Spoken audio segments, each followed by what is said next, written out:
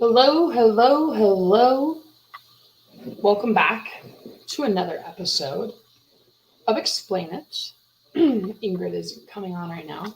I want to make sure I got it rocking and rolling for you guys. My name is Caroline, and today, while we're getting started, and I'm live on YouTube as well, just so you guys can see. I'm actually going to show you guys that I just went live earlier before this podcast, and I was sending out some offers, and I had a lot of people interested in getting access to my LOI, my letter of intent. There she is, perfect. So she's on here. I'm going to throw you on the screen with me now, Ingrid. Hello, hello. I'm going to change that. There we go. Let's get our here. Boom. Yeah. We're good to go. I was just going to go through the LOI really quickly, and we can get started. So I want to show everybody my link tree so you guys can see it. It's on my Instagram as well. I was trying to update it. I'm going to add a few more things to it throughout this week, but I'm going to share. Let's go to my profile so you guys can see it really quickly for everybody that was asking earlier. Chrome tab. Here you go. So if you go to my Instagram, it's the same with Ingrid's. You can click on this link tree right here, and that will bring you to this tab. And then there you go. There's the letter of intent. There's my Instagram. There's my YouTube. And then I'm going to get all of our podcast stuff up so you guys can do that. I did have an old form on here. I just took it off like 10 minutes ago to submit offers to us. So we will be, I'll even just copy this link tree and put it in the side chat for you all. We will be having an option for everybody to send us leads and opportunities to work with us. So there's that link tree. Let me grab Ingrid's while I'm at it, just so you guys can have Ingrid's. There's mine. Ingrid has a few more things on hers than I do on mine at the moment, but I want to give everybody the opportunity to check it out. So there we go. We have all of our link trees in the side chat for you. Anyways, Ingrid, hello. Why I want to know, I know that you are a mom, you're a great partner, great employee at the moment. So I want to know why, what you did earlier today and what's going on now. What I did earlier today? Yeah, what were you doing? I had to go into the office. And so we were supposed to be done with meetings and everything by 3. And normally when I work from home, I could work all the way through 4 o'clock. And no, I was fighting traffic to get here for our 4 o'clock showing. So that's what I was doing. Yeah. So I just want to bring that up because Ingrid is a lot. She is a wife, a mom, and she has a W-2 still. Mm-hmm. And she does investing. She's answering calls. I talked to Jaime earlier. I'm actually waiting to hear back on what it could potentially be on the property as maybe a midterm rental. I need to send you the photos of the property because it was very nice. I don't know if we want that to be a group home because it was so nice of a property. So anyways, Ingrid, I'll let you introduce yourself and let's get rocking and rolling and kind of stay on topic today.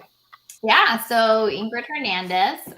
Again, we're doing this podcast every week to kind of explain certain things that we've learned, maybe explain to you some of the aspects that you're asking us about. I kept getting a topic a lot. And I also recognized that I wasn't able to finish my thought in the podcast I did with Pace, which, by the way, we may be having as our very first special main guest on this podcast. But I was helping people figure out what are their next steps, especially if they're confused or they're not clear on what they need to do. Again, I don't think we all have it figured out all together, but we're certainly striding forward. We are located in Arizona. So I am currently in Chandler, Arizona, and Caroline's in Gilbert right now. So something I heard a lot this past week because of the podcast I did with Pace was a lot of people saying they're stuck. They don't know what next step to take, where do they go from here? They're stuck in analysis paralysis or things like that. And I just want to clarify with everyone. I was there too. I still same here, right? I joined sub 2. I was overwhelmed by just how amazing it was and how much information we received. And instead of getting stuck on like, what do I want next? What I focused on was, what can I learn next? And like, how much am I going to take advantage of this environment? Learn as much as I could. When I joined, it was only focused on single family house. Now you can do some multifamily stuff. So I didn't have that shiny object quite yet. So I only focused on single family home. I learned everything I possibly could from a creative finance perspective so that I could feel confidence if I was going to pitch something, if I was going to talk about it, whatever. And then once I went through the process of saying, I want to get a deal, or like I have money to go get a deal, or I have resources to go get a deal, and started like kind of clarifying what is it that I wanted, then the universe started presenting opportunities for me. I think right now we may want to move too fast, or hey, I've been doing this for 6 months. Shouldn't we be like somewhere already? I'm like, it took me 9 months before I got my first deal under contract from when I started sub 2. A lot of that had to do with me, which is I had to sit there and learn. Okay. Not everybody works that way. I had the privilege to work that way because I had a day job, because I had great support at home, because we weren't like scrimping for dollars, you know. I had that flexibility. So, how about you, Caroline? Like when you were going through this journey, I know we're still working through. Like Caroline and I want 25 doors this year. Boom, that's clarity. You know, we want to buy 25 doors. Like whether that's multifamily, single family, like what problems can we solve that will equal to us holding on to doors? Whether those doors are through wrap purchase, like wrap exit strategies, or if those doors are renting those properties out, we want 25 doors. So when you have that much clarity, it's easier to convey to other folks how you can collaborate. But Caroline, for you, when you first started, what did getting to clarity look like for you? Yeah, so I want to throw that up there just so when people jump on, they know what we're talking about. So clarifying what you want and how to get it. I will say when I got started, I knew nothing about real estate. I come from a business background. I was in the military. I like structure. I am a big structure person. We were talking about this with your dog actually yesterday. And just kind of like how the routine of the dog is taken care of and everything. Um, I knew that I wanted to do this. And I actually, when I got started with what I wanted, I was going at this the wrong way. I was getting into real estate because I just wanted to make money. And it was because I was in a situation in my life where 2020 happened. I had a small fire, like in my business. I was just at the lowest point in my life. I was extremely depressed. And I don't know if anybody's been at like their wits end, but like I had my back against the wall. I had nothing to do but to succeed. Like I was like either succeed or like be homeless. That's really where I was. So I had gone on to YouTube University. My sister had told me about wholesaling houses. And I was like, okay, I'm just going to start making the calls. And I knew I needed to make, like, my goal was to just, I wanted to make $20,000. Like, I want to make $20,000 as quickly as possible. Mm. So what I started doing is, and I just wanted cash. I didn't even know about subject to, I didn't even know that was an option. I didn't know about any of the other creative ways. I just knew that I needed to go find somebody who was motivated and needed to sell. And I needed the $20,000 to give myself some breathing room. I had been, just bad luck after bad luck. I had a victim mindset. That's one of my favorite things about talking to you. Sometimes like, man, this really sucks. Like, Caroline, does it really suck? Or are you looking at it in a wrong way? Like, does life happen to you or does life happen for you? And I'm really grateful that 2020 happened, COVID happened, everything. And it made me look at myself a little deeper and be like, okay, I'm unhappy. I'm doing something that does not fulfill me. I'm not helping anybody the way that I want. I love service. I love giving back. And I knew that if I was able to find somebody who had a problem and I could get paid by solving that problem. So that's when I really got into just studying and understanding how to underwrite deals, how to find those motivated sellers that needed to sell in that situation. And my first deal that I did with all of this, I made like $2,300. Actually, I think I made $2,300. I sold the house for $12,000, middle of nowhere, Indiana. I lucked out. I found a homestead buyer that bought the house and fixed it up. So a homestead buyer is somebody who's going to buy it and live in it. But I'd say the main thing was I had a goal of I want to make 20 grand. I just wanted breathing room. I was actually ecstatic with making $2,300. Like that was my like largest paycheck that I'd had in a while because I wasn't bringing in any money. I was kind of living off of my credit card. So back was against the wall. That's what my goal was. Then I was realizing, I was like, man, I did not like cold calling. It's like, okay, I hit my goal. I made 20 grand. So I made 2,300 on my first deal. My next deal I found from calling a seller. Excuse me, guys, I'm a little hoarse. From calling a seller and asking her if she was interested in selling her house. And she was, but it was going through a divorce with her husband, and they were not willing to sell at a discount. They needed as much money as they could get because they were going through the divorce. And it was, scorched earth on both ends. But she inherited her parents' house, or like her grandparents' house, in the middle of South Carolina.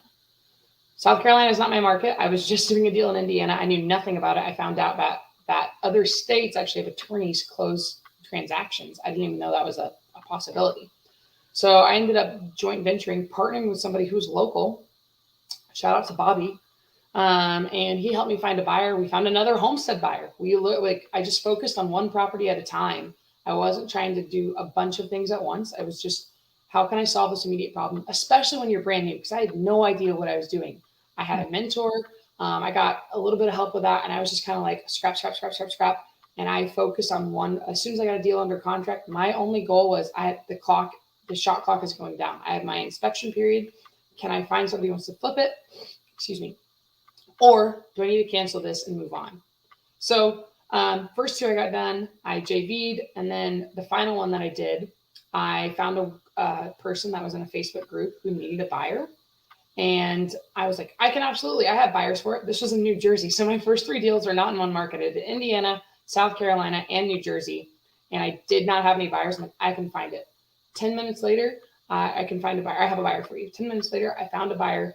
We made $30,000 in that deal. It only took me 10 minutes of work. I took $10,000 from that. So I did pretty well in my first 3 months. And I finally had some breathing room and I had proof of concept because I focused on one thing. So my goal was 20 grand, had breathing room. With that money that I made, I actually joined another mentorship, step 2. And then I focused on getting creative opportunities from there. So I would say start small, understand what you want to do. You really got to narrow it down. I was in a position where money was the most important thing to me. I couldn't enjoy the rest of my life. I couldn't enjoy my 6 senses.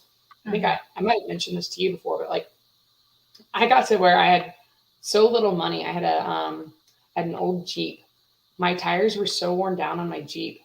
I was just like, I only drove it to the grocery store, small places. It also had an oil leak in the main seal. I knew how to finagle. I could go to this oil shop. I could get unlimited top offs. There's my reminder to be present, loving, and grateful. I could get unlimited top offs for 6 months. Wait, it's so not, every week, not your hugging alarm. that is my alarm. That is Time for a hug. to be loving, present, and kind. That's my little breather. I was gonna give myself a moment when I give it to you, but yeah, I try to do that 3 times a day because I have ADD. I can get off of things, and like it's hard when you're doing these phone calls. Especially like you can be really tough on yourself. I was gonna bring it back to comparison is the thief of joy. So when you're brand new, you might come in and see myself and Ingrid and be like, man, they're really crushing it. Ingrid has a W-2 and she's doing really, really well in that, and she's gonna get 25 more doors. Her first deal was massive. She just bought a house, $1 million house, subject to like, gosh, I got to be like Ingrid. Like I'm not doing enough. So I have little reminders too, guys. I'm not perfect. I struggle with all kinds of I have anxiety. I've been really anxious the last few weeks. We have all kinds of things. So give yourself some grace. But the biggest thing I say, getting clarity, start small. I know I needed cash. I was really stressed out. I got super lean. I got an oil place that would give me, every week I went in there, I was going through a quart of oil in a week. That's how bad the car was. My tires were so worn down. You could see the metal wiring in between the tires. So just be super lean, focus on one thing at a time. And then once you achieve that goal, surround yourself with other people that are doing more and get on to the next goal. So now, that was 2 years ago, but I made the money that I needed to. And then I had some breathing room. I could be present again. I could enjoy life. I could eat things that were not ramen. I could, really, really be present and happy. So my goal was $20,000. I did that in 3 months by focusing only on wholesale. I didn't focus on anything else. I didn't even think, can I buy this creatively? Can I sell this creatively? I wanted to know how to do my minimum of comps and find properties. I would have other people. I would say you could use Ingrid and myself. Comp these, tell me if they're a deal, and move on. Just perfect one thing at a time with whatever your goal is. So reverse engineer. I want to do $20,000 in assignments. I can just say the average national assignment is $15,000. I just need to do a deal and a half to really make that. So that is a quick condensed story of what I did. So when you want to do something, I would sit, and even another way that I like to do stuff, you've done Tony Robbins with me, big Tony Robbins gal here. Marlon's actually in my house. He's out in the kitchen doing one of his things, and he was just talking about Tony Robbins. One of my favorite things that we did when we did the Tony Robbins event was priming. So before this podcast started, I was listening to some Lauryn Hill, I was jamming out, and I like to get myself in a peak state. Light my fire. So I like to get myself in a peak state, turn on some music that really makes me happy, jump around, get moving. And then I'm like, man, if I could have anything that I wanted, what would I do? And then I make my vision board from there. And then I just reverse engineer it. So I told you, Ingrid is doing the 75 hard right now. We both did it last year. And I was telling her one of my goals this year is I'm like, I'm still living in my broke, I need to make money brain. And I need to be living in the abundance mindset of all the opportunities that I have. So I was telling her I want to get into going weekly to getting stretched out by a professional, like masseuse person. So we were talking about that. So anyways, that's one of my vision goal things that I want to vision board things that I want to have happen. So anyways, one step at a time, give yourself until you hit that goal, and then we move on to the next one. That's what I would recommend doing. Okay. What I will say, and there is no magic bullet answer for every single person. Otherwise, we would have already solved for world hunger. Okay. Yeah, so it's not as easy as like, what do I need to do with my life? Trust me, if I could snap my fingers and help you guys with those kinds of assessments, I would be way rich already. But there's 3 main things that you have that will help you lead you to the next step. Because I talked to somebody today who has money, knows what they want, but hasn't been able to close a deal with the seller because they're just learning how to be people on the phone. So you either have time, you have money, or you have skills. Okay. And when you're in this time of trying to figure out where you need to go, you do need to figure out, do I have time? Do I have money? Or do I have skills? You guys just heard my singing skills, so I'm gonna be real rich, but it's all good. And so when you can assess what that looks like for, let's say, a singular deal, like what Caroline was speaking about, then you know what you can do next. I told her, when I was talking to her this morning, I was like, why are you wasting time trying to call sellers and agents and figure out whether or not, I go, if you want a deal right now, you know what you could do? You can get loud. Like, people are looking for buyers, especially right now. So I'm a buyer. Caroline's a buyer. So what I told her to do was put a post together, be as clear as possible. Because she's like, oh yeah, I don't want anything in a class C or lower. They're just not worth my time. I'm like, perfect. That's a characteristic you should share. So you should say, I want class B or higher, no more than this dollar. It needs to cash flow this amount. It needs this many bedrooms. It needs this many bathrooms. Nothing older than this year. And these zip codes in this area. And then it's called activating people's reticular activating system. I like to call it the RAS, right? So if you have the RAS, if you're going to fire up people's RAS, the more specific you can be, the more success you'll have. So if I'm saying, hey, Caroline, I need a property that's 3-bedroom, 2-bath, at least 1,200 square feet, no older than 1980. I need it to be in the East Valley of Arizona. I'm willing to pay up to 10% of the purchase price, and I got that money. Let's go. That's great. What to go after now. Exactly. I know what size shoe to get. Mm-hmm. Right. Exactly. You don't go to the shoe store not knowing what shoe size you need. Exactly. So for that person, they had money, they had time, but they were still developing their skills. So you just kind of sometimes also have to figure out, do you have what it takes? And if not, where can you find the who, not the how? So.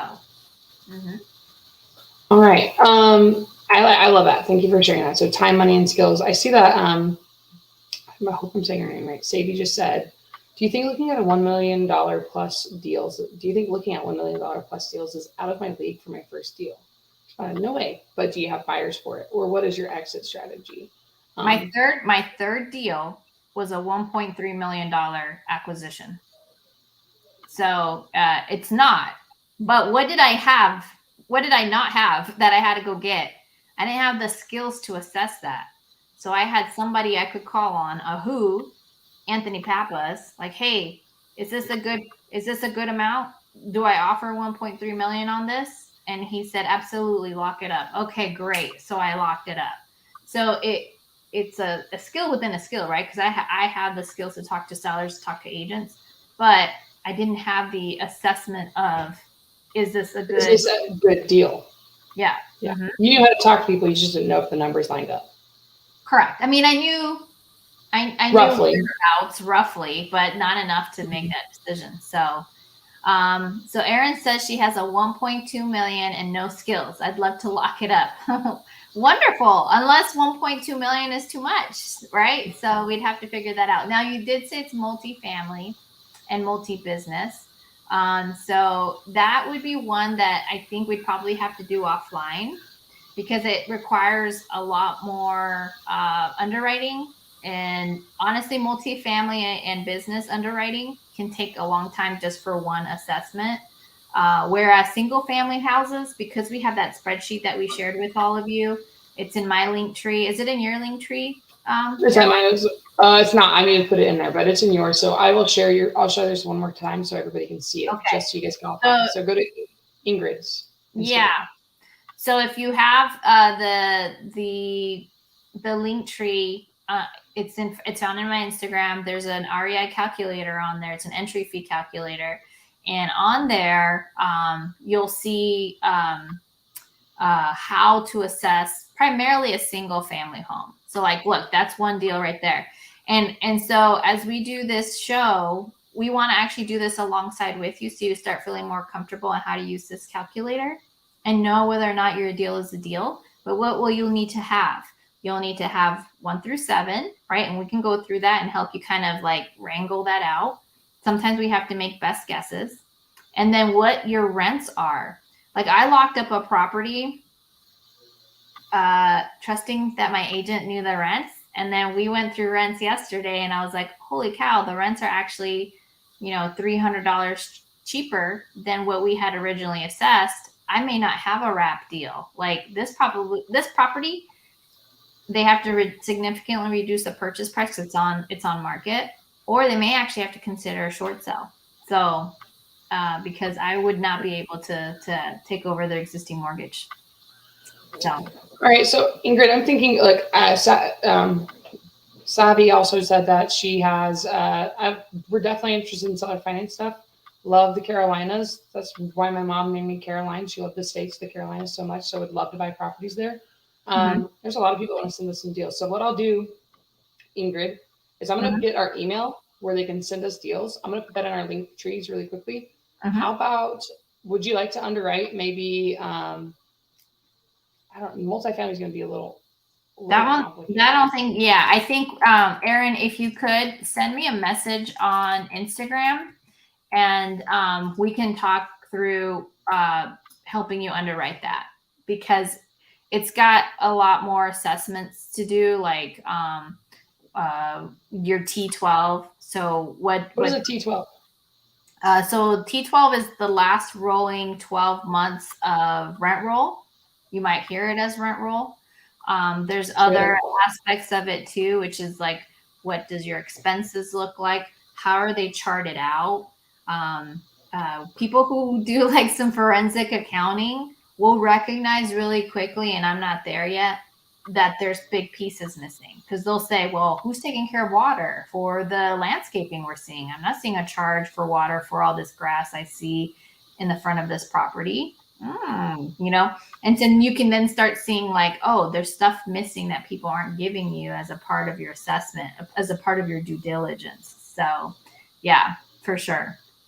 All right. Well, she says she has a lot of information. I do see that Chance Ireland says, hi, I have a question on if this deal I have is good or not. So if this is a single family property, I think we could underwrite it and take a look at it.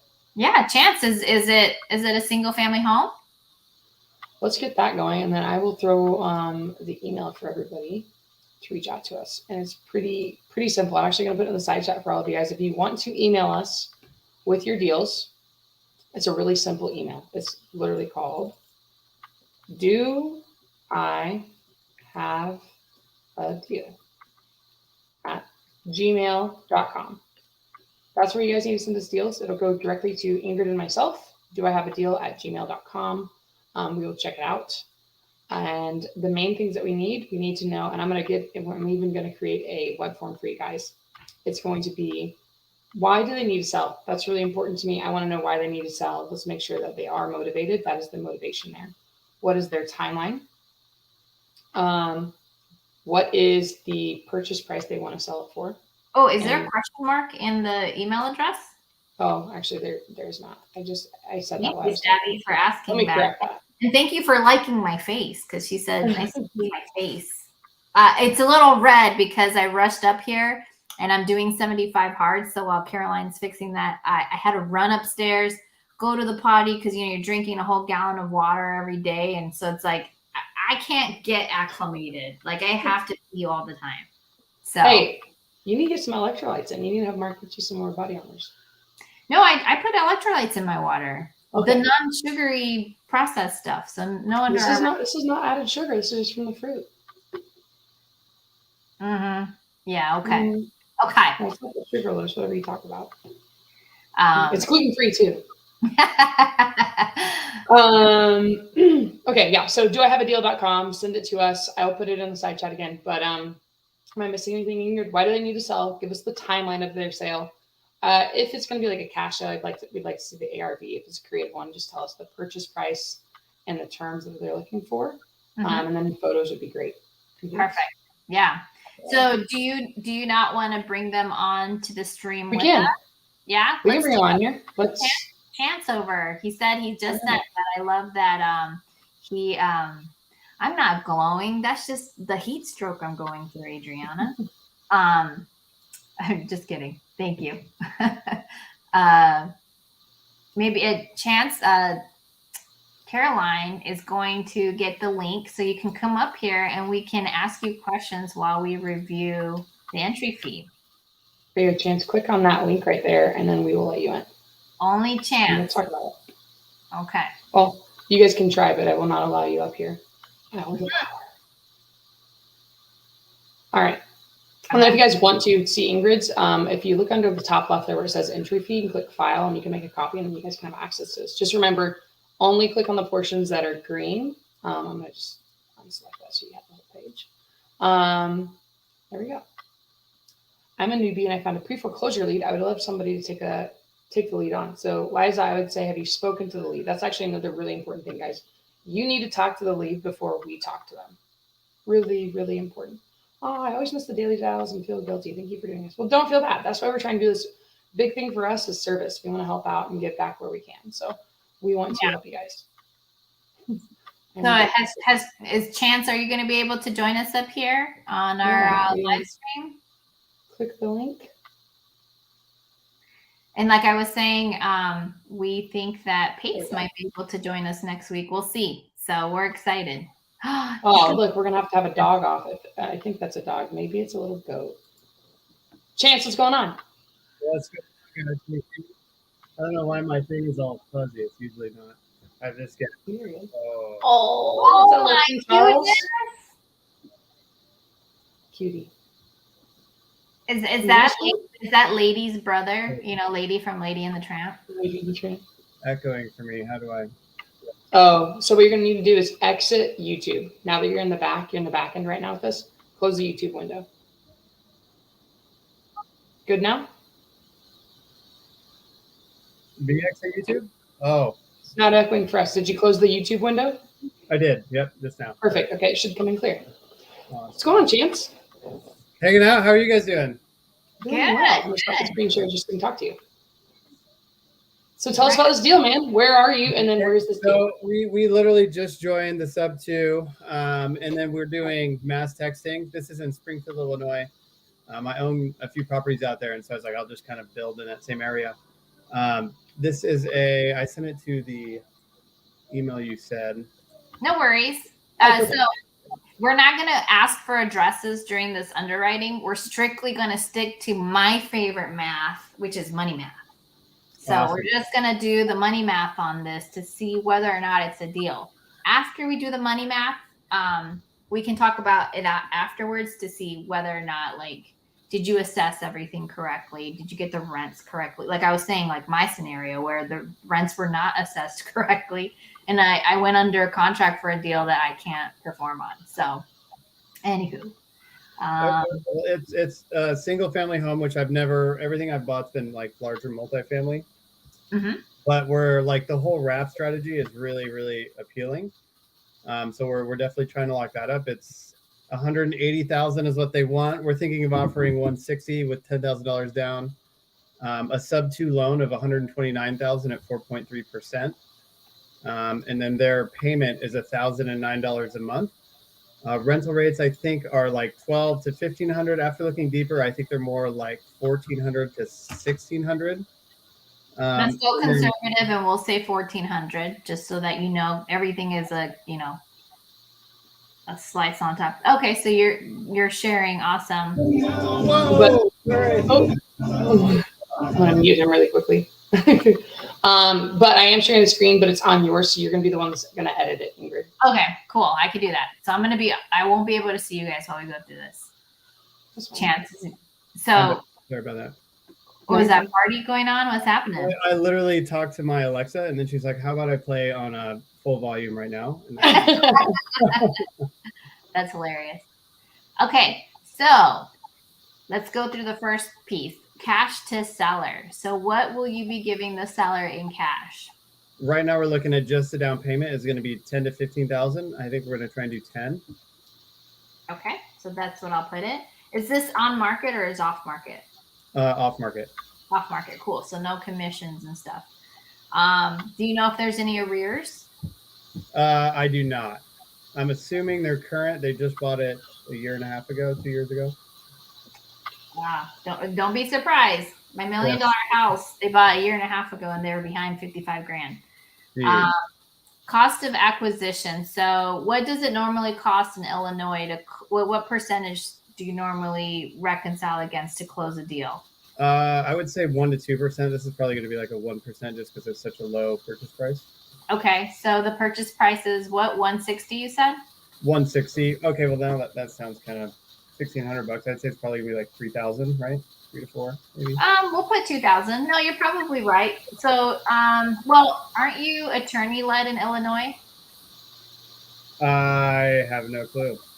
Okay, I think so. And so I think in Illinois it's 2%. So just to cover both the attorney and the title company. So I'm going to put 3,200 just in case. Okay. Cool. Closing costs. Wait, did I put in the wrong one? I did. My bad. This is 0. Okay. And then what do we have? Do you have to do any sort of quick and cleanups, like a deep clean, a paint for the walls? What do you have to do? I would assume it's going to be like a regular unit turn. So it's probably going to be another $3,000 just in getting it ready. Okay. Prep and clean and paint. How long has it been taken to turn over to get new rentals? I mean, that usually takes like a month, but I've never done a wrap. So the wrap's a totally different strategy. I don't know how long that'll take in the market. The good news is you're coming up against tax time. So this is when people have money. Mm-hmm. And so in the United States, for the most part, we go into buying season in the spring because it's relatively good weather everywhere. So it could take, I don't know Illinois. In Arizona, right now, wraps turn over really fast. It shouldn't take you more than a month to find someone. So then you always underwrite to 2, right? Like that's the worst case scenario. Illinois is really cold. So I can only suspect we'll do 3 months for right now, but I really don't know. It generally should follow closely to what your rental looks like. But the things with wraps, it's a specialty find. So you got to call lenders. You got to call agents that serve the communities that typically buy wraps. In Arizona, the typical communities that are very, from a demographic perspective, tend to be Hispanics.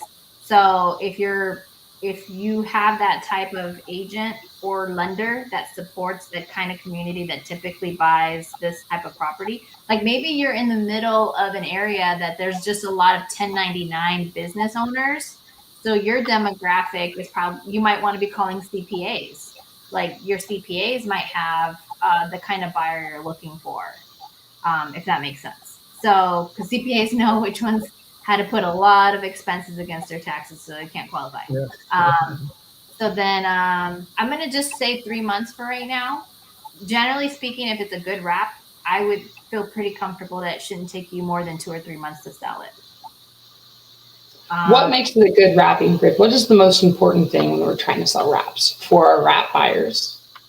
Two things that are appealing to wrap buyers. One is that the down payment is less than what they would have to do a conventional loan. To do a conventional loan, they typically have to have 20% down. So a good percentage to stay at, if you possibly can, is 10 to 12% of the purchase price. So if my house cost me $160,000, 10% is $16,000, right? So 12%, we'll call it like $20,000, right? I'm just doing fast head math. So to buy a house like that. Now you're buying it at 160. You're probably going to sell it at what, like 200,000? I would love to try it. I mean, after listening to everything that Pace is saying, it's like you can sell it at this price that's not comparable to comps that are around. So I would say 200 is probably pretty reasonable. Yeah. Just because you're looking at the wrap, right? How good am I at math? So you're going to have between $20,000 and $24,000 as your down payment. So the other really big part, though, for everybody is it needs to be affordable. These wrap payments still need to be affordable. So if you can, that was going to be my next one. Yeah.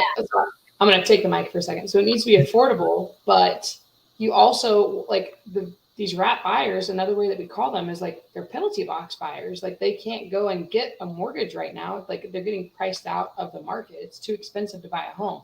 I was calling agents earlier today and they're like, man, we have stuff sitting. We have a lot of canceled contracts. Nothing's moving. At the end of the day, it has to be affordable. And like you have people that might have like, just for them to get home ownership and they can own something, they're willing to pay a larger, every situation is different, but they're willing to pay a larger entry to get into the deal to have home ownership. So just remember, you have penalty box buyers that can't get approved for a mortgage, but if you can give them home ownership and it's a reasonable payment and it's affordable, you can move that deal. Yep. Mm-hmm. Okay. So if you stick around, so I don't like to go maybe $20,000 or $30,000 above the typical selling point for that neighborhood. And so I think if your good purchase price for your house is 160 and you're trying to disposition it at 200,000 with the wrap buyer, I think you're pretty solid. So you're going to get anywhere from 20,000 to 24,000 will likely be your asking down payment. So that's one, right? It has to be a reasonable down payment. And for wrap buyers, when they are that penalty box buyer who finally qualifies for a mortgage, they're usually doing 20%. So you looking at 10 to 12, sometimes maybe 15%, just depends if there's a lot of demand in your area. That seems more like fetching. You could probably get that. So that's one. And then the other is that you have to stay as close to the rents as you can. So if your rents are around $1,800, $1,900, if you go too much, like more than $300 or $400 above that baseline rent, you're going to have a hard time finding a buyer. At least that's been my experience. Now, every area has its own nuance. So understand that when I'm explaining this, I'm just generalizing based on the numbers I've been seeing. There might be some areas that some people are willing to go a little bit higher. Like that has not been my experience. I literally have been trying to disposition a wrap for 5 days now. And every buyer who had the down payment, so they had $38,000 to give me, said that the monthly price was too high. So I can't be arrogant. I can't be hard-headed and stubborn. The market is telling me something. The market is telling me that the monthly payment is too high. Okay. Yeah. All right. So that's a little bit of a side note on the wraps. So 3 months. What is the PITI on this that you would hold down for 3 months? $1,009. 1,009. Okay, so 327, right? All right.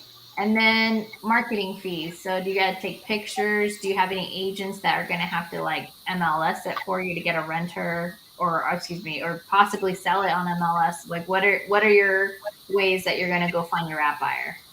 I was assuming just sticking something in the yard, and then maybe on the first one, just going the MLS route just to get it done and go through the process once. Okay. So like for me, I'm an agent who can do flat fee listings. So like if you had a wrap in Arizona, I can list it on MLS for 1,500. And regardless of where that lead came from, when you close it, you have to give me 1,500. But I won't do much, right? Like I'll funnel questions your way. So I don't know the laws in Illinois or what the brokerages will do there. It might be something you want to do just so that it gets a lot more exposure. Being where your numbers are, you could use part of that down payment to pay a buyer's agent, because usually the listing agent isn't always the person that will also bring you the buyer. They're more like your marketer. Your listing agent markets the property, and then the people who have the hat of actually managing buyers, they're the ones that'll bring somebody to you. So let's say, okay, so if you had somebody who was going to bring you $20,000, are you okay with earmarking like $5,000 to $6,000 to market your property? Yeah. Yeah. Okay. So I'm going to put $6,000. Now with wraps, this number is not going to make sense in this calculator. Why? Because this calculator is about cash flow. Chance already made a decision that the cash flow isn't there. And so he's going to, rather than hold on to it as a landlord, he's just going to make the difference between what it costs to service the debt, which will be $1,009, and then whatever the wrap buyer will have to pay on a monthly basis. Do you already know what those numbers kind of look like? Yeah, I just have one. Me and my partner had a long discussion yesterday, and I couldn't figure one thing out. But we're thinking of selling it at a wrap we were going to sell it at 180, but if we do it at 200, at 180 with 15% down at 8%, the monthly payment would be $1,327. So the profit is $318 a month, plus the down payment and the loan pay down. Let me see if I can find the question. When you assign the wrap to somebody, am I still paying the insurance and taxes on the property, or are they? So for a wrap, you are paying the underlying insurance, but this is a tricky one, because you'll have some escrow, some mortgages have the insurance and the taxes escrowed into the mortgage. So what the wrap buyer will actually pay is the difference between the existing tax and the new tax, right? Because you're going to have a new tax based on the new purchase price.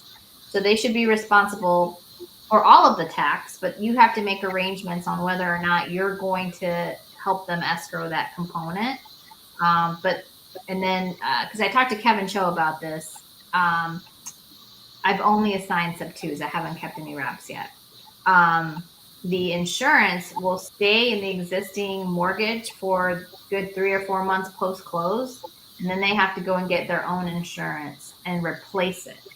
So you'll be replacing the existing insurance that's currently on the property. And then the future buyer will be doing the same, right? So then my cost would go down. Correct. Mm-hmm. Okay. Cool. Yeah, I mean, that makes us think that the payment is going to go down like almost $300, which means the cash flow would be $659 a month. And at that point, that it starts to make a ton of sense. I didn't know if it was really how it worked or not. Yeah, it's the delegation of what happens when is sort of sensitive in a sub 2. I like to keep things as stable as possible post close. Mm-hmm. So like whatever insurance or taxes are on there, I continue to pay it. I mean, I bought sub 2. I just do that. And then I go and get my own insurance company or my own insurance way post close so that there's no attention I'm drawing into my closure, like what I just did in buying that house. Like if everything is happening all at once, you could actually accidentally trigger a due on sale clause. Yeah. So I'd rather keep things as is as much as possible and then wait 3-4 months to go and get my insurance to cover. Now I am added as additionally insured at close, right? Because I'll have the power of attorney that allows me to do that. But then when you go and get your own insurance, then you're the primary, and then the seller becomes additionally insured. The mortgage company becomes additionally insured. So, Cool. okay, cool. Now, based on your entry fee, again, we were being conservative. And if you're going to sell it at 200,000, 10% is 20,000, 12% is 24,000. Yeah, you're in the ballpark for what would be reasonable to request from a buyer. Cool. So this would be a deal that would make sense to do. As a wrap, yes. Mm-hmm. Another thing to take note of when you are moving wraps, you don't even really have to fix them up. Yeah. Sometimes you don't. You can find buyers that so you could even erase how much is it going to pest control rehab if you don't have to do anything to it. So here's my argument. Right. Here's my argument with that. So we're now entering a buyer's market.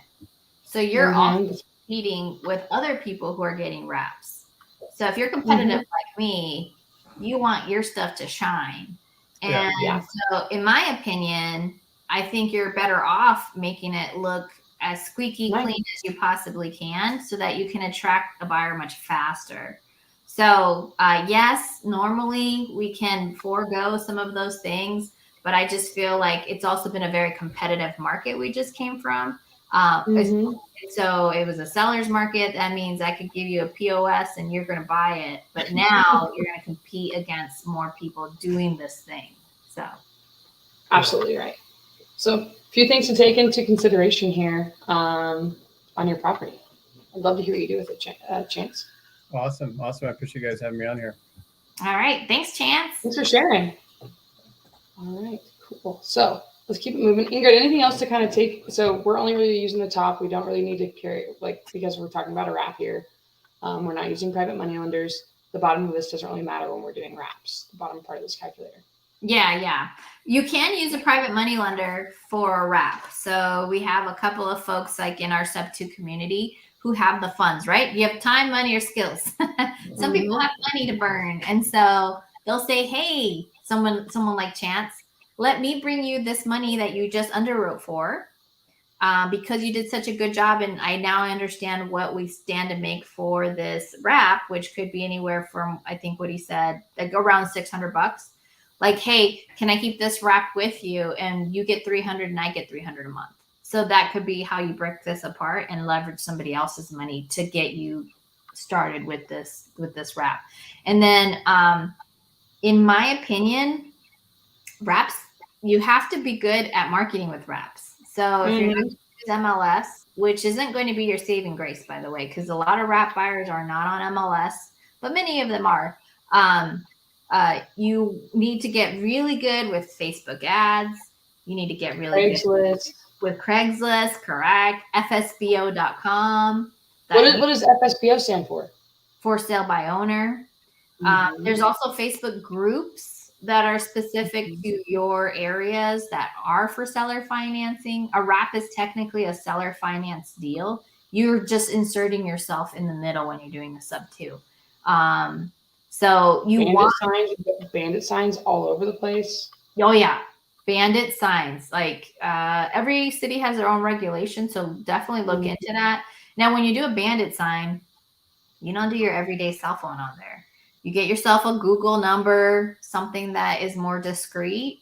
And that's the number that you put on your signs and you put wherever you need to so that you can attract. You want to put just really quickly how many bedrooms, how many bath. Can't remember what all the do's and don'ts on bandits. For sale, home for sale, you know. Every area is going to be different. It's just like knowing your market. Earlier today, I was making some calls, trying to find some opportunities through agents. I'm like, man, this looks like these numbers work. And I remember to not work with this one brokerage because they've been in the news for not being ethical. So I was like, oh, steer clear. So like just market knowledge you need to know. So guys, sometimes don't put bandit signs out in certain areas because you can get in big trouble, get fines, things like that. Just like don't call a do not call list. There's one thing I wanted to talk about that somebody asked earlier, so now I want to highlight it because I was asked to. Kadir said, I recently joined the Sub-2 community. Is it possible to just purchase homes subject to or on a seller financing without going through the process of wholesaling? Absolutely. Now, this is what I like to say, guys. I am the worst at taking care of myself sometimes. I'm like, let me help everybody else. Let me make sure that my businesses are succeeding. I'll feed myself at the end. I want to make sure everybody else at the table eats and then I eat. Not the best way to do things. Ingrid and I both read the book Profit First by Michael Mikowski, something like that. Michalowicz, there you go. See, she knows it. There's two versions. There's Profit First and then Profit First for real estate investors. Or there's a whole bunch of versions, but yeah, those are the original was by Michael Michalowicz, and then there's another one by David somebody, and I think he's the REI one. Yeah. So Michael and David, but the biggest thing I want to say, guys, and I even tell like agents this. I heard Ingrid making a phone call last night, and this person said, most people are wholesalers and they're not actually, buying the property. Pay yourself, guys. You're going to have like an acquisition LLC. From your acquisition LLC, wholesale it to your buy and hold LLC. So you can pay for your internet. You can pay for your data pulling. You can pay for your subscriptions to whatever you have. So you can wholesale just to make sure that you get paid. So that I would just acquire it straight to your LLC that you have. Yeah, there you go, David Richter. Okay, I prefer the original Profit First because it's funny, it's emotional, it's like it hits you in the feels. Where the Profit First for real estate investor is way more cut and dry, more like business oriented, which is cool. But like, I like the story behind, just why do we love Pace so much? Because he tells you the story, the emotion behind it all. So,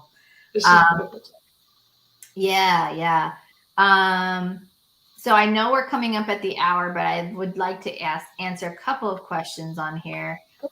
Adriana asked, what are some tips when you're talking to agents, especially when they've also offered to creative finance deals? Here's how I've separated myself. I usually say, oh, really? Have they told you how many properties they've actually purchased and like how many of them, like where they are, where they cash flowing? Like I scorched the earth like that. Now, mind you, the seller wasn't interested in a creative finance deal, but I made a really great relationship with the agent just yesterday where I said, oh, okay, yeah, no, I'll send you where my properties sit and how I've purchased them sub-2. So if anybody's giving you an offer like that, ask them where their properties are at, so that you know that they're not just wholesaling that, because you can wholesale creative finance. Did you know that you could wholesale creative finance deal? And now I'm educating the agent, and I'm coming from a place of consultation. So, yeah. The biggest thing I would say when you're going into pitching terms, you had a good call yesterday, Ingrid. I heard she had 2 really good calls. We were working together in that office. One of them, you even asked me, like, are you getting a lot of creative offers right now? And the agent was like, yes. And you're like, I'm sure. I mean, so what was the thought on that? Well, it wouldn't work because of this reason. And you went in to jump in like, you're going to be able to get more money, and we can make sure that you get your full commission if cash isn't working. So I'd say the biggest thing when you're going to present that, build a rapport, but you got to remember, I feel like so many of us are short-sighted. Don't just think of like, I'm going to use Ingrid this one time and I'm never going to speak to her again. I'm going to come onto this podcast one time and I'm never going to join in again. Like, you should make it a habit. Like, build the relationships with the agents. Come in here every Wednesday with us at 4:00 Arizona time ask questions. We're going to continue to grow this little community that we have. We're going to continue to help you guys out. We're going to show you when we buy properties, how we're buying them, what we've done. We're going to let you guys partner with us. You want to, like, this is something I struggled with. Don't think of you have to raise everybody up with you. Find somebody who's doing well and like pull yourself up to them. You find an agent that has a lot of good listings, or you see somebody who's selling a lot of wraps, just going off of this conversation. I'm going to partner with Ingrid because I know she speaks Spanish, and in this market that we're in, a lot of Hispanic buyers are buying wraps. I'm going to JV with Ingrid because she can talk to my seller and explain how they can have home ownership. So think of it not as the one and done. Think of it as this is just the beginning of a very fruitful relationship I'm going to have with this agent. Tell them that too. Hey, I know you're probably getting a lot of offers right now with creative financing. I want to just be your back pocket, in your back pocket in case you really need me. This one might not be a deal that we work on together, but I want to do deals with you in the future. Do you have anything else I can take a look at? So just don't think of it as a one and done. Yeah. In fact, whenever I call on a property, on a listing, and I'm talking to an agent, I'm not necessarily going after that listing. I'm going after the relationship. If I happen to be the answer for the listing, and I think you even heard me say this, Caroline, like not every opportunity, even though it's a listing that's been on the market for a really long time, calls for a creative offer. Like, sure, make it. And I even kidded with the lady. I was like, yeah, I would love if every time I offered a creative, it was a good solution for the seller. But I understand. I'm like, I can be a plan B or a backup plan, right? Like go after your traditional deals, which are going to put cash in your seller's pocket much faster. But if it's a really tight offer, like let me see if I can beat it with a creative structure. So I don't kid myself, and I don't let my ego dictate those conversations. So your ego is not your amigo, guys. Like just keep going, go the distance, build the relationship, talk to more people, talk to more agents, talk to the person at the grocery store, just talk about real estate, constantly bring it up. Michelle Rice asks, so are companies like here in San Antonio called Networths, are they like wholesalers? They give comps and rehab itemized with prices and total costs. Would those be good to go after? So I don't know what you mean by good to go after, but yes, they're just like a Kegley. Like they're probably just being more comprehensive so that you have more information. But again, if you don't do your due diligence, you could be in a really tough position. I would say there's been a few brokerages that focus on wholesaling more or less, where they expect you to pay double close, for example. So if they're asking you to pay for both the initial close and your close, because they require 2 closings to happen, they're really expensive. So I've underwritten at least a dozen or more of those deals from some of these brokerages that do that. And I have not figured out how you make the math work. But you know why also, Caroline? Because we are taught by somebody who has really high standards. Like your typical bigger pocket person who's really fine with like a really small margin, they're great for that. I'm not. I want my numbers to make it worth my while. It's got to be juicy, and if it's not, I'm just not attracted to it. So no, and that comes because now you have the skill and you have the understanding. Your first few deals, you might not have much cash flow, and it might kind of suck. So, be picky, guys. That's actually something we were talking about. One of the deals you might be canceling today. You're just like, you know what? I wanted to make it work, but the cash flow is too tight. It's not going to work for anybody, and it's too far away from where there's a lot of people moving into. So, I want to answer another question here. Somebody said, do you think the market is flooded? No, I don't. Do you think the market's flooded? Flooded with opportunities. Oh, snap. Ooh, actually, it is flooded. It is flooded. We're always targeting deals in Arizona. We want to stay in Phoenix, we like Tucson, anything in Flagstaff, we will snag. But again, guys, you got to talk to the sellers first. They need to be motivated. That's why we want to know why they need to sell. We like Tampa, Orlando, outside of Atlanta, Dallas, and Houston. Go ahead. What's this one? I had a good question. How do you find people that have used down payment assistance to purchase their homes? I would find that difficult to figure out, but there's only really one type of loan that gives out down payment assistance, and those are FHAs. So if you're wondering whether or not you can find those types of folks, you just filter for FHA loans.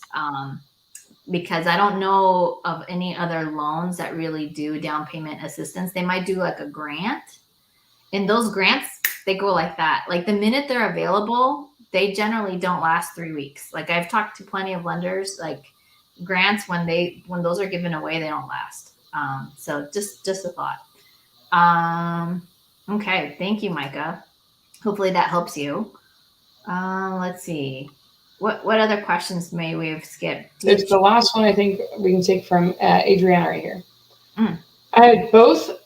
There's two. I had both bank tellers at the bank ask me if I sell houses or what I do when I deposited my 2 assignment fee checks. Gave me a chance to speak to them about what I do. Guys, tell everybody, because you don't know. Maybe the person at the bank knows somebody who's struggling to buy a house. Maybe somebody at the bank knows Ingrid has a ton of money in the bank right now, but her credit's trash and she can't go get a house. They might even just say, hey, there's somebody who comes and visits the bank and they might be able to help you. You can reach out to them. Yeah. Be kind. Yeah.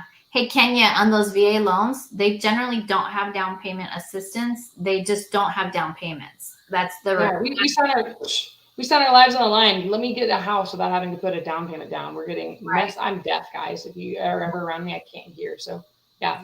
We should probably have somebody who can explain the VA loan entitlements, which the more and more I listen to more content about it, the more and more I'm better understanding. So like 25% of a loan is guaranteed by the government. So imagine my house is worth, we'll just say 100,000 for easy math, right? So 25% of 100,000 is 25,000. So 25,000 is guaranteed, which means that it's almost like an unsaid first and second lien position. So like the 75,000 is really what is unsecured, and the 25,000 is secured for a VA loan. So if you have $1 million of entitlements as a VA loan, and you go and you get a $300,000 loan, that's $75,000 of like the secured part of your VA.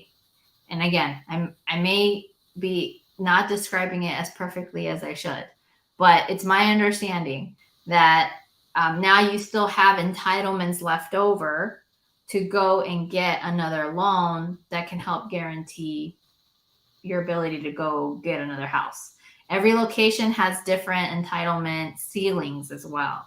So like not everywhere will give you exactly what you could get, like if you're buying here in Chandler versus going to buy in Florida, Tampa, Florida.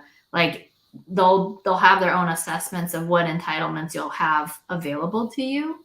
But anyway, like that, it's so complicated for me. I'll bet you the more I understand it though, or the more I expose myself to it, the better I'll understand it. So anyway, just a thought. I'm a veteran and I am 0 down. True. Okay. Thank you for your service. Yeah, 0 down does not mean down payment assistance though. Down payment assistance generally means you have to pay it back. Veterans do not have anything to pay back. Aaron said, do you ever give your 3% commission up to the other agent to get a deal? Oh, hell yeah. I am an agent and not sure the best way. Yes, I do. But I don't necessarily say it that way. I say, because I'm unrepresented, maybe you can take, like, let's say your listing agreement. This is different variabilities of what you can do.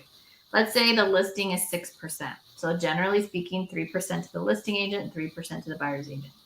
And maybe this buyer's agent or this listing agent's being kind of crabby. Hey, and the math works. I could say, hey, are you able to be a dual agent? If you can be a dual agent, you can keep all the 6%. Could we work something out, right? Or let's say they can't, because I've been in scenarios where they can't. Hey, maybe we can up your percentage, update your listing agreement for it to be variable, and we'll give you 4% and I'll go unrepresented. So we're saving the seller 2%, but we're giving you 4%.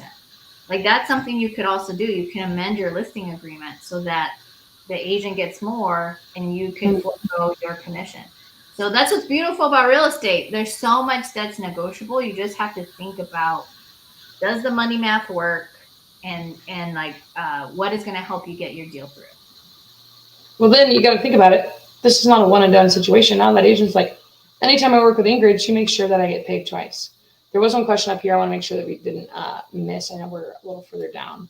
How are you finding your list of sellers? So it varies. Are you going direct to seller? We're doing agent outreach where we're not going directly to the seller. You can pull your data from different websites. There's Batch Leads, there's Privy, which is direct to seller. There's PropStream. So it just depends on what you want to do. You can even get like pre-foreclosure data from the county or a title company. Ingrid, I'll let you answer. I know you just answered in the side chat. You want to just say that for everybody so they know the answer to your question? I disclose that I'm licensed every single time I go through a transaction, every single time, because you have to. It's part of your requirements as a licensed agent. So there's a blurb that we put in our contracts that, it says like member of such and such LLC, member or members, because technically we have more than one member license, is a licensed agent in the state of Arizona. Even when I'm doing a deal in Florida or I'm doing a deal in Texas, I always disclose that I have my license in the state of Arizona. Yep, just cover yourself. Mm-hmm. Okay, Ingrid, we are 8 minutes over. I know that you just got home from work. I'm going to do on this. I hope you guys got some value on this. I want to remind you guys, if you can, click the like button on our YouTube. That would help us out a ton. We'd love your feedback. Subscribe if you haven't. We'd like to continue doing this and giving back where we can. If you have any questions, please holler at us. Again, if you want to know if anything's a deal, email us at doihaveadeal@gmail.com. We have some links for you guys in the link tree on our Instagram. And then I don't know what that just said. Well, and again, next week we might have a special guest with us. So please make sure you come back and join us every Wednesday at 4 p.m. And if you have topics that you would like us to cover, please find us on Instagram and send us a DM, let us know. Again, I was getting a lot of questions about clarity. And so hopefully the things that we covered helped you, which is time, money, or skills. And those 3 things should really help you figure out, what do I have, so that you know what next step you could probably take. All right, guys, have a great one. Thank you so much. Ingrid, thanks for hopping on. Bye, everybody.